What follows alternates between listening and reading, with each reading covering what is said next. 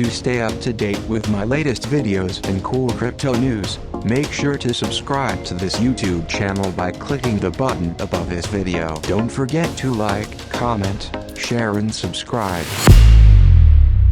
DeFi attacks are on the rise. Will the industry be able to stem the tide? Dozens of DeFi systems have been hacked over the past year, and the trend doesn't seem to be abating. The decentralized finance (DeFi) industry has lost over $1 billion to hackers in the past couple of months, and the situation seems to be spiraling out of control. According to the latest statistics, approximately $1.6 billion in cryptocurrencies was stolen from DeFi platforms in the first quarter of 2022. Furthermore, over 90% of all pilfered crypto is from hacked DeFi protocols. These figures highlight a dire situation that is likely to persist over the long term if ignored. Why hackers prefer DeFi platforms in recent years? Hackers have ramped up operations targeting DeFi systems. One primary reason as to why these groups are drawn to the sector is the sheer amount of funds that decentralized finance platforms hold. Top DeFi platforms process billions of dollars in transactions each month. As such, the rewards are high for hackers who are able to carry out successful attacks.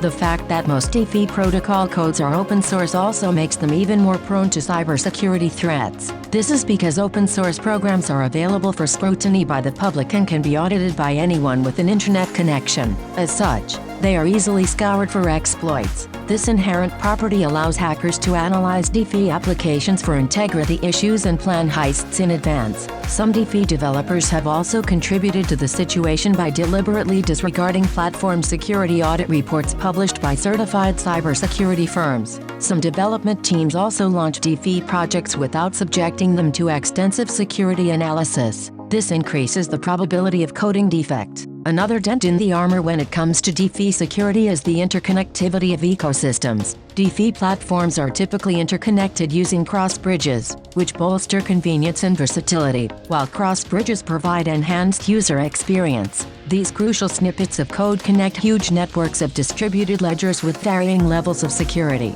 This multiplex configuration allows DeFi hackers to harness the capabilities of multiple platforms to amplify attacks on certain platforms. It also allows them to quickly transfer ill-gotten funds across multiple decentralized networks seamlessly. Besides the aforementioned risks, DeFi platforms are also prone to insider sabotage. Security breaches. Hackers are using a wide range of techniques to infiltrate vulnerable DeFi perimeter systems. Security breaches are a common occurrence in the DeFi sector. According to the 2022 Chainalysis report, approximately 35% of all stolen crypto in the past 2 years is attributed to security breaches. Many of them occurred due to faulty code. Hackers usually dedicate significant resources to finding systemic coding errors that allow them to carry out these types of attacks and typically utilize advanced bug tracker tools to aid them in this. Another common tactic used by threat actors to seek out vulnerable platforms is tracking down networks with unpatched security issues that have already been exposed but yet to be implemented.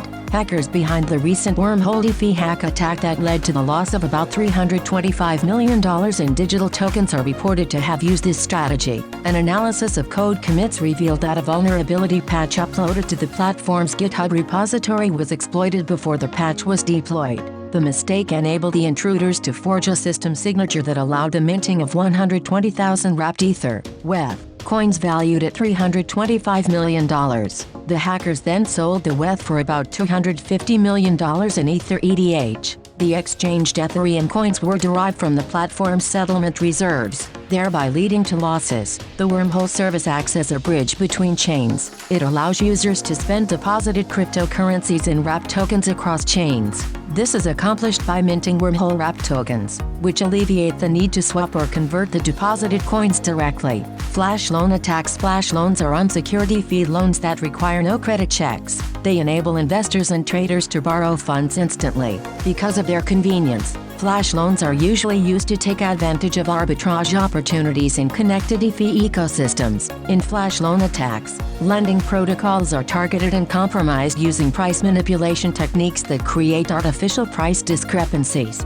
This allows bad actors to buy assets at hugely discounted rates. Most flash loan attacks take minutes and sometimes seconds to execute and involve several interlinked DeFi protocols. One way through which attackers manipulate asset prices is by targeting assailable price oracles. DeFi price oracles, for example, draw their rates from external sources such as reputable exchanges and trade sites. Hackers can, for example, manipulate the source sites to trick oracles into momentarily dropping the value of targeted asset rates so that they trade at lower prices compared to the wider market. Attackers then buy the assets at deflated rates and quickly sell them at their floating exchange rate. Using leveraged tokens obtained through flash loans allows them to magnify the profits. Besides manipulating prices, some attackers have been able to carry out flash loan attacks by hijacking DeFi voting processes. Most recently, Beanstalk DeFi incurred a $182 million loss after an attacker took advantage of a shortcoming in its governance system. The Beanstalk development team had included a governance mechanism that allowed participants to vote for platform changes as a core functionality. This setup is popular in the DeFi industry because it upholds democracy. Voting rights on the platform were set to be proportional to the value of native tokens held. An analysis of the breach revealed that the attackers obtained a flash loan from the DeFi protocol to get almost $1 billion in assets. This enabled them to get a 67% majority in the voting governance system and allowed them to unilaterally approve the transfer of assets to their address. The perpetrators made off with about $80 million in digital currencies after repaying the flash loan and related surcharges. Approximately $360 million worth of crypto coins was stolen from DeFi platforms in 2021 using flash loans. According to Chainalysis, where does stolen crypto go? For a long time now, hackers have used centralized exchanges to launder stolen funds, but cybercriminals are beginning to ditch them for DeFi platforms. In 2021, cybercriminals sent about 17% of all illicit crypto to DeFi networks, which is a significant jump from 2% in 2020.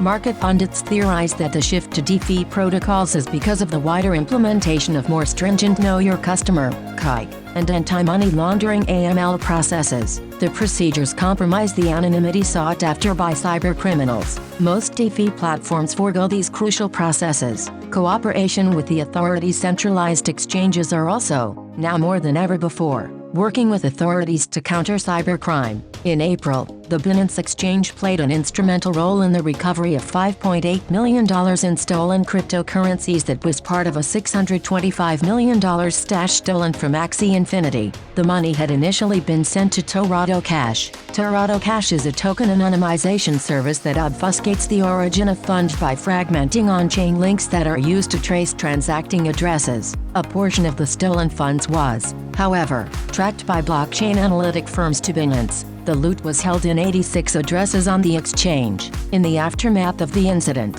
a spokesperson for the United States Treasury Department underlined that crypto exchanges that handle money from blacklisted crypto address risk sanctions. Torado Cash also seems to be cooperating with the authorities to stop the transfer of stolen funds to its network.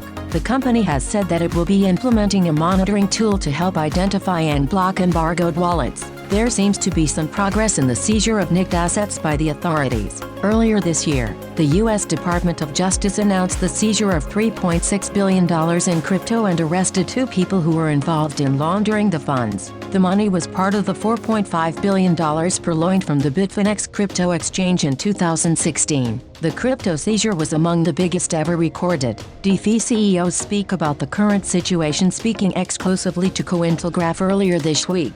Eric Chen, CEO and company, founder of Injective Labs, an interoperable smart contracts platform optimized for decentralized finance applications, said that there is hope that the problems will subside. We are seeing the tide continuing to subside, as more robust security standards are put into place. With proper testing and further security infrastructures put into place, DeFi projects will be able to prevent common exploit risks in the future, he said.